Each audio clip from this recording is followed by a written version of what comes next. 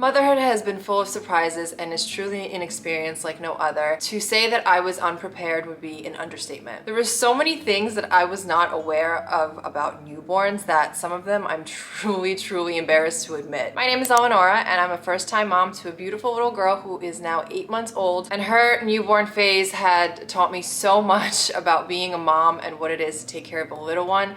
I really have not been around many newborns before giving birth, and everything that I prepared before giving birth just wasn't enough. So I will be sharing my top 20 tips, tricks, and hacks about newborns that truly nobody talks about, because most of them I learned only after giving birth. Okay, so the umbilical cord. The umbilical cord is what connects baby to the placenta, which is what helps baby grow and keeps the baby nourished while in the womb. When my girl was born, we kept her attached to the umbilical cord for as long as possible. We did delayed cord clamping, and according to timestamps, it ended up being somewhere around 3 hours. That wasn't done on purpose, it just happened. But you do want to wait until that cord is white. All of that blood that is in the placenta in the umbilical cord is the baby's blood. Sometimes that cord can become white after a few minutes, sometimes it takes a little bit longer than that, but it is really important for the baby to get all those red blood cells. Now, I was under the impression that the way that you cut the cord will determine whether a baby has an innie or an outie. And I remember asking my midwife, how do you cut it so that it's an innie? And she's like, it doesn't work that way. And I was like, I thought it did. I swore I thought it did. So my husband was able to cut the cord, and then my midwife had given us some powder, I think it's called golden seal,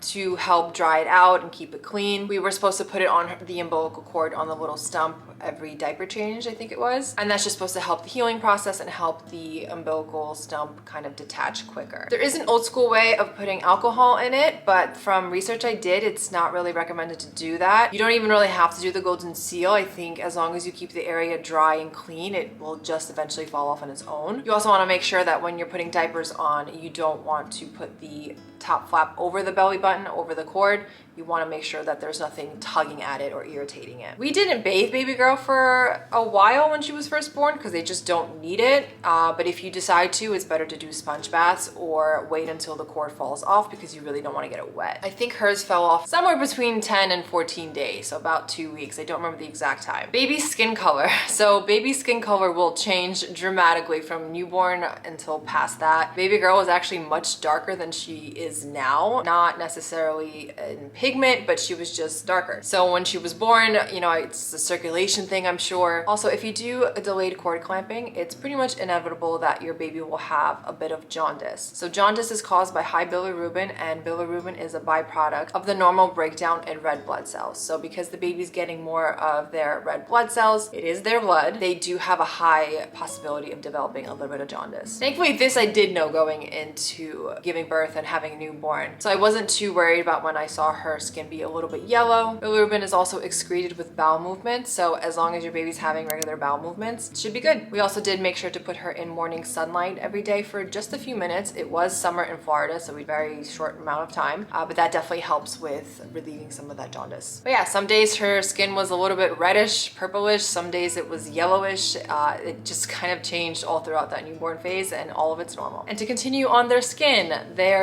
can peel. Supposedly the farther along you are when you give birth, the more their skin will peel when they are exposed to the new environment that they're in. I gave birth pretty much at my due date, so she wasn't necessarily overdue, but still her hands and feet did start peeling, and it looks a little funky, but I left it alone. I didn't put any lotions on it because I just knew that her body would figure it out. Baby acne. So baby acne, when she got her baby acne, my heart broke. I thought she was in pain from it. It doesn't look comfortable, but apparently it's pretty common. I exclusively breastfeed, so apparently my hormones can cause that. And because my hormones can cause that, I started freaking out of what else can be causing that if I'm exclusively breastfeeding. Is it my diet? I started taking a lot of things out. I was trying to figure out why she had this acne, but it's just a common thing. My hormones are going crazy. She is getting adapted to the outside world. It's normal. There are some remedies that you can do. The best one I think is putting breast milk on it. That only helps so much. I did put breast milk on it a few times, but I didn't go crazy because I just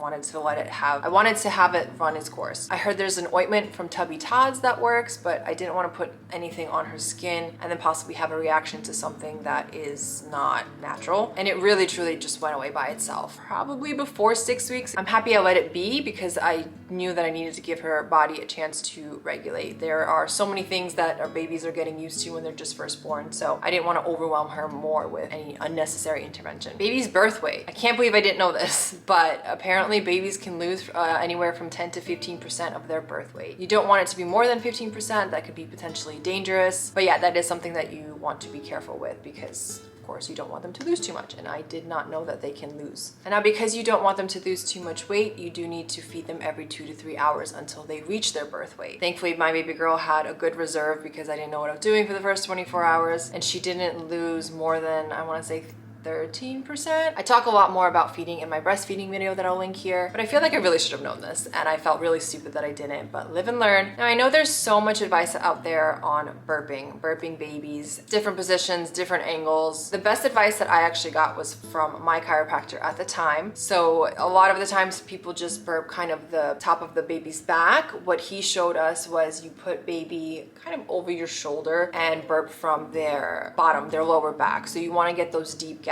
bubbles, and that really helps a lot. That worked really well in helping her get those deep bubbles out. Newborn babies get gassy. It's inevitable. There's definitely some things that you can do to help them. Burping helps prevent it, but you still need to have a few of those tricks up your sleeve. Some things that we did a lot of were bicycle kicks, and then we did a motion of I love you in order to help gas and help kind of any bowel movements come through if that's the issue. Also, I swear by this. Earthly's infant tummy relief. Anytime she had gas, especially if she couldn't sleep because of it, a few drops of that and it would be gone within minutes. It was a lifesaver in that newborn phase, and we still sometimes give it to her, but she doesn't really have issues like that as much as the newborn phase. So I know there's people that use gripe water. I know there's a few other things on the market, but nothing can compare to this, especially it's all natural herbs. So to swaddle or not to swaddle, babies are born with a moro reflex that it protects them from falling too deep into a sleep, but swaddling I found really depends on the baby's preference. We didn't swaddle per se, only her arms a little because she would suck on her fingers throughout the night. But the thing with the swaddle, it does help baby sleep longer because you're suppressing that moro reflex, but they need to eventually get that moro reflex out on their own. So if you can, I definitely would suggest not swaddling since the beginning so they can kind of let that reflex out earlier, sooner than rather than later, because you're going to have to do it anyway. That's why there's so many like transitional swaddles. If you avoid it from the beginning, I think that could be very helpful if your baby can tolerate it. Skin to skin is so important with newborns. Aside from the snuggles that it gives you and the bond that it creates, it really is important for them to regulate their temperature, to regulate their breathing. They all get that when you do skin to skin with baby. I had a summer baby, so we were just in diapers, both of us in diapers all day, every day. I bought a lot of onesies before giving birth, and a lot of them were useless. We never ended up wearing them at all. There's only a handful of onesies that we wore when stepping out of the house, which was very rare in those first 3 months. Tummy time. Newborns need tummy time to start exercising their neck and to gain strength in their neck and their back. I remember the first time I laid her on her belly in her play gym, she just laid there and I was like,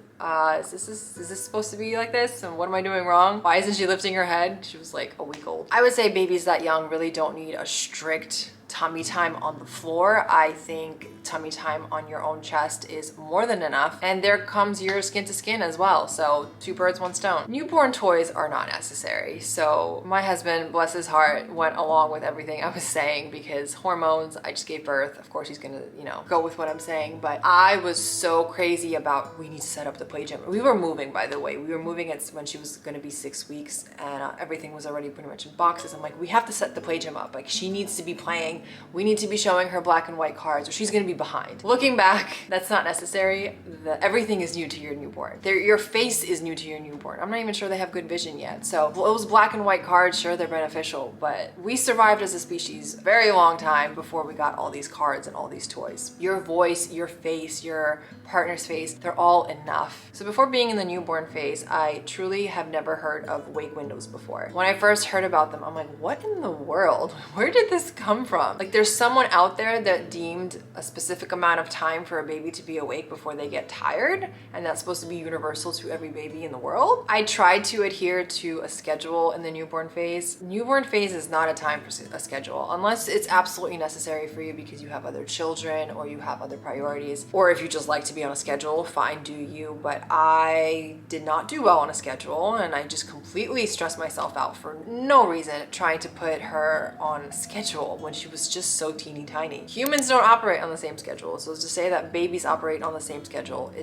you're not doing yourself any favors. To be quite honest, we're only finding our natural rhythm now. She's 8 months old and she's falling into her own, I don't want to like to say routine, her own rhythm. I am aware of wake windows still, but I don't follow them because that just creates this issue. Like I would try to put her down to nap if her wake window was getting too long or whatnot, and she just wouldn't want to, and then maybe 30 minutes later she would. So really try to tune in with your baby. The eat, play, sleep method also didn't really work for me because I was exclusively breastfeeding, so I was nursing on demand. She would sometimes nurse, then fall asleep, then play, then nurse, then play, then fall asleep. It didn't work for us. Because I am exclusively breastfeeding during the nighttime, sometimes it's not very comfortable to sit up and try to nurse her sitting in bed really. So the sideline curl was really, really helpful. She would sometimes fall asleep while nursing that way, and then I was able to sleep as well. If you do decide to bed share in any capacity, make sure you're following the Safe Sleep 7, but it just made it so much easier to not have to get up every single time. Also, yoga balls are the absolute best. I couldn't use it in the beginning because of my healing.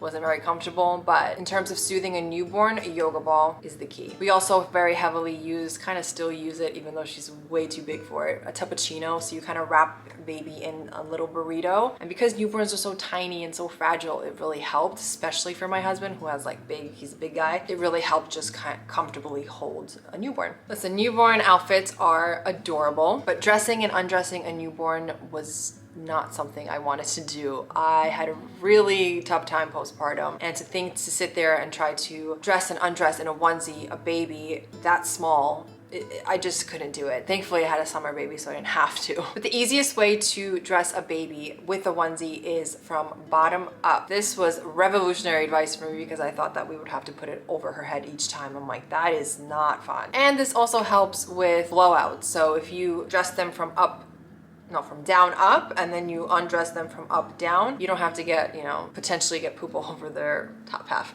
So you kind of just pull it off that way. Game changer by dressing them like that. Newborns are born with absolute daggers. I don't know how they don't scratch you while on their way out. They have such long nails and they grow so fast. You can cut them one day and 2 days later they'll be really long again. So when she was a newborn, we used the electric file. That worked so well up until she discovered her hands.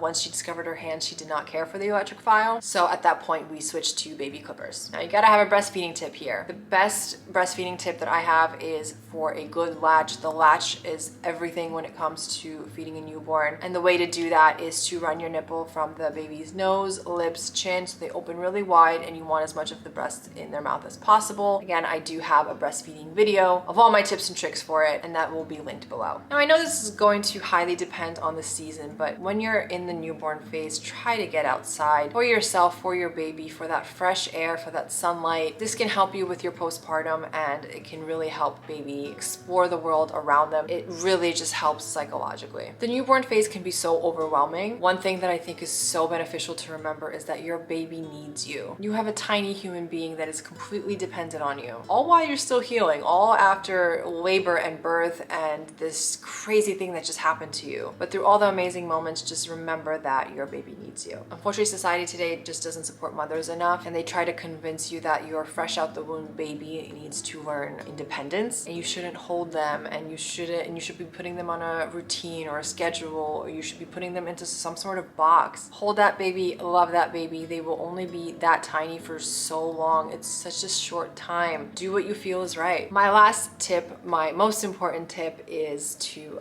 throw out all of the baby books. I'm sure you've read a lot. I'm sure you've watched a lot of videos. Throw out the baby books. Forget the social media posts. I actually deleted my social media in my 3rd trimester. Best decision ever. Tune into your beautiful creation creation in front of you. It really can be such a magical time if you let it. And I really only wish that my postpartum journey would have let me relish in it a bit more. But I wish I was able to live more in the moment and tune out all of the noise all around, because they're just go so fast. So those are my top 20 tips, tricks, hacks, everything about newborns. Make sure to share your biggest lesson of the newborn phase down below to help some future mamas. Thank you so much for listening, and I will see you in the next one.